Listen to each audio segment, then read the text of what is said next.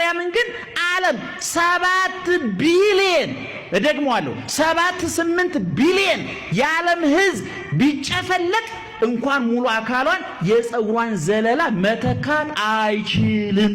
የማንን? ኧረ ጮክ በሉ። የማንን? የድንግል ማርያምን።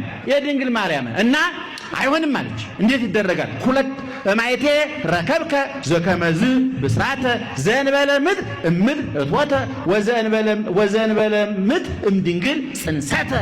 ዘር ሳይዘራ ምርት ባል ሳይገባ ልጅ እንዴት ይሆናል? ይሄ ሊሆን ሊደረግ አይችልም ማለች። ውሸት ትክክል፣ ውሸት ነው ትክክል ነው፣ እውነት ነው አይደለም? ዘር ሳይዘራ አዝመራ አለ? ባል ሳይገባ ልጅ አለ? የለም። ስለዚህ ድንግል ማርያም ልክ ናት። መልአኩ ቅዱስ ገብርኤል ተልኮ ነው የመጣው። እኔ ተልኬ ንገር ተብዬ ነው የመጣሁት።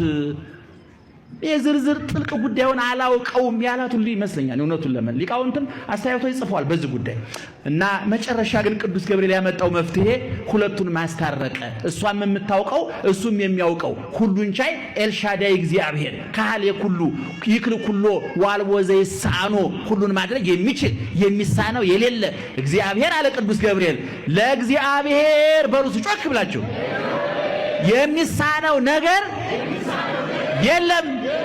ለማን? ምን ለሚሳነው ነገር? የነገርኩሽ ነገር ቀላል ነው አላት? ቀላል ነው አላት? አላላትም። ከባድ ነው። በድንግልና መውለድ ከባድ ነው። በዛውም ላይ እግዚአብሔር መውለድ ከባድ ነው። ነገር ግን ይሄን ሁለቱንም ማድረግ የሚችለው ማን ነው?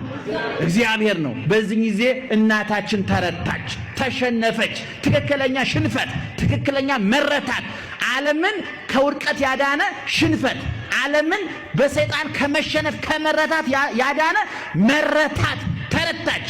ትክክለኛ መረታት። ከዛ ቀጥላ ምን አለ? ናየ ዓመተ እግዚአብሔር ይኩነኒ በከመ ትቤለኒ። እነሆኝ የእግዚአብሔር ባሪያ ገረዱ በፊትህ አለሁኝ፣ እንደ ቃልህ ይደረግልኝ። እንደምኑ ይደረግልኝ?